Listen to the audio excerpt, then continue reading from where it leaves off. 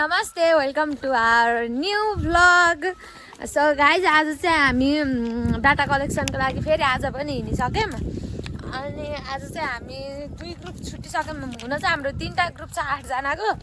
अनि हामी चाहिँ अब 2टा ग्रुप चाहिँ यता तलतिर जाँदैछौँ, उनीहरू चाहिँ मासतिर हिजोकै ठाउँतिर गएको छ।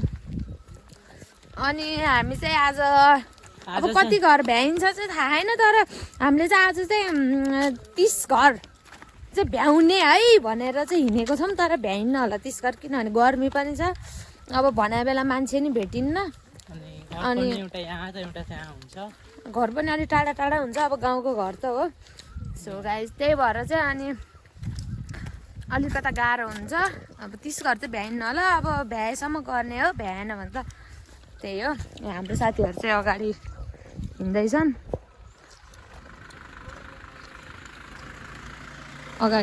हाम्रो। अनि हामी फर्मल वेमा चाहिँ आज पहिलो दिन हो, हामी यस्तो डाटा कलेक्सनको लागि गएको। आएको चाहिँ धेरै भयो, तर फर्मल वेमा एकदमै यसैको लागि भन्ने आज आएको हो। अनि आजदेखि हिजो नै आएको त थियौँ, तर ठाउँ मात्रै हेर्न आएको, 3 घर मात्रै गरे अस्ति चाहिँ। त्यहाँ चाहिँ हेर्नुहोस् न गणेशको मूर्ति।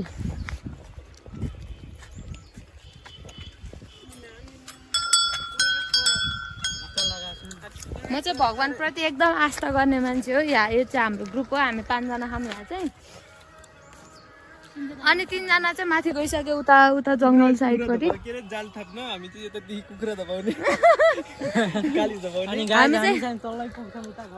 हामी चाहिँ उताको घरहरूमा पुग्छौँ, थुप्रो हिँड्नुपर्ने छ। उहाँ चाहिँ हाम्रो आशिष हो, उहाँ चाहिँ हाम्रो सुभाष हो, उहाँ चाहिँ हाम्रो रिन्जिन हो, उहाँ चाहिँ हाम्रो रूपनारायण महतो हो, उहाँकै भ्लग हो। तर मैले गरिदिने गर्छु उहाँको भ्लग चाहिँ 2 महिनासम्म, त्यसपछि फेरि उसले गर्छ। गाइज अनि हामी चाहिँ हिजो यहाँ माथि 3 घर जति गऱ्यौँ, 3 घर गऱ्यौँ यहाँ माथि हो।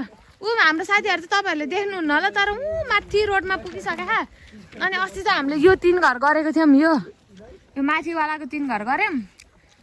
अनि ठिकै राम्रैसँग एन्सर दिनुभयो उहाँहरूले चाहिँ, त्यस्तो केही पनि भन्नु भएन। अनि राम्रैसँग एन्सर नि भन्नुभयो। अनि त्यही हो, यसलाई चाहिँ चप्पल लाएर हिँड्न गाह्रो भएर यस्तो नाङ्गै खुट्टा दौडिरहेछ। चप्पल लाउन गाह्रो भएपछि यस्तो हुन्छ गाइजी, नाङ्गै खुट्टा दौडिने हो। त्यहाँ फोहोर हेर्नुहोस् त, यताको मान्छे त राक्षसै हुन् कि क्या, सब मान्छे त राक्षसै हुन् कि क्या, सब फोहोर जति भिडबाट गुल्टाछ नि त। हेर्नुहोस् त,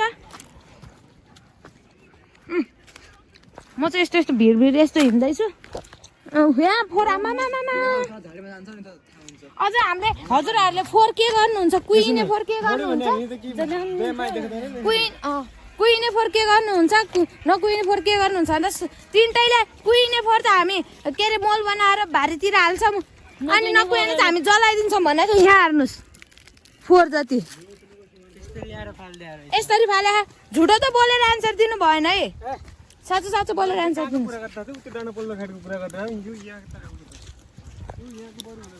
जताको भयो नि होइन, फोटो फोरै हो नि। गाइज यो चाहिँ हाम्रो सेम हाम्रो घरतिरको जस्तै डाँडा छ क्या, यो अटक्क हाम्रो घरको डाँडा जस्तो लाग्छ मलाई। हामीले अब त्यस्तै डाँडाको मान्छे भएर होला है। हामी चाहिँ उसको भ्लग गर्नलाई हेल्प गर्ने मान्छेहरू हौँ। कति टाढा छ? 1 घन्टा लाग्छ पुग्नलाई? हामीहरूको लाग्छ नि बाबु, 1 घन्टा लाग्छ। गाइस हामी चाहिँ अहिले जम्मा 6वटा घरमा पुगेर डाटा कलेक्सन गरेका छौँ र यति अहिले बाँकी छ, अरू बेगमा नि छ। र त्यहाँ साथै त्यति त्यो हातमा लिएको जतिमा क्वेसन सोधिसकेका छौँ। र हामी अहिले माथि चढ्दैछौँ। माथि नि घर रहेछ यता त होइन। अनि अब त्यतै जान लागेको डाटा कलेक्सन गर्नलाई। अनि अरू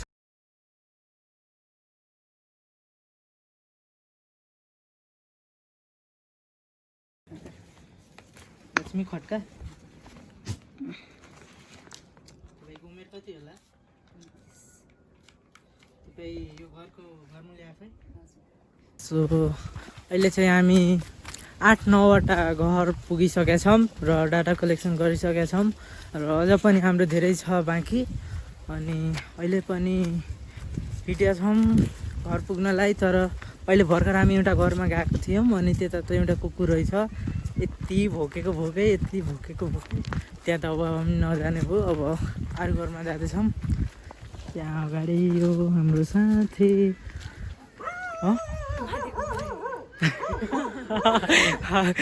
गाइज माथि एउटा कुकुर छ होइन यो घरमा,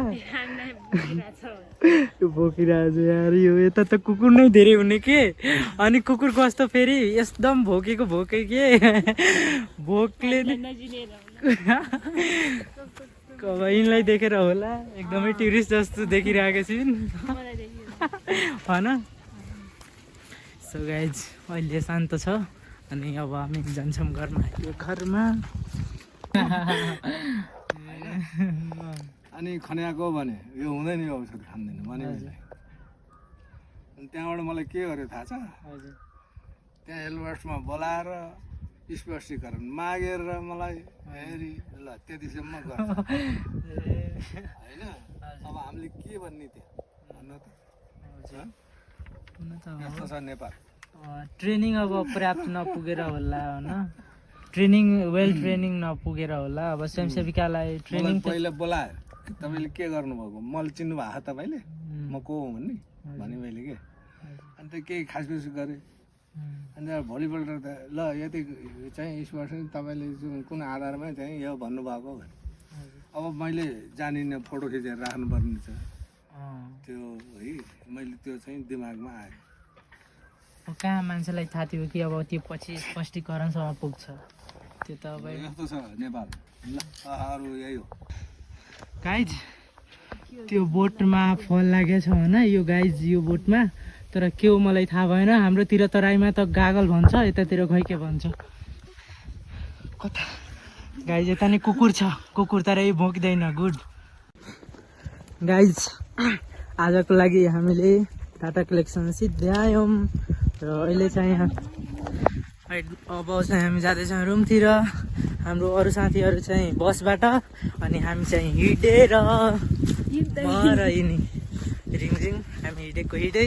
हाम्रो रुम चाहिँ खै कता उता डाँडामा होला थाहा छैन, तर हामी हिँडिरहेछौँ, खै कतिखेर पुगिन्छ। गाइज हामी हिँड्दा यहाँ पुगिसकेछौँ। अब थोरै टाइम छ अझ हामीलाई रुम पुग्नलाई, तर बाटो अलि बिर्से कता हराएर कता पुग्यो। तर कताबाट जाने दिदी? यहाँबाट आऊ। अनि यो चाहिँ ठाउँ हो, यहाँ के फार्म हुँदैछ सायद, आई थिङ्क होइन, सुँगुरको अनि चिकनको फार्म हो जस्तो लाग्यो। अनि तल ऊ धेरै प्लटिङहरू छ। अनि म र रिङझिङ हिँडेको आवर ब्युटिफुल लेडी। यो सामनेको हाम्रो रुम। तल जानुपर्छ नि यता बाटो नानी, उता कता गएर उता कता निस्किने बाटो नै छैन। हामी आइपुग्नु। लसुन हो कि प्याज हो? प्याज।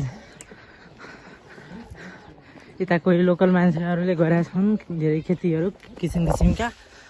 अनि हामी चाहिँ यसो हिँडेछौँ। फाइनली हामी पुग्नै आँट्यौँ अब आफ्नो रुम।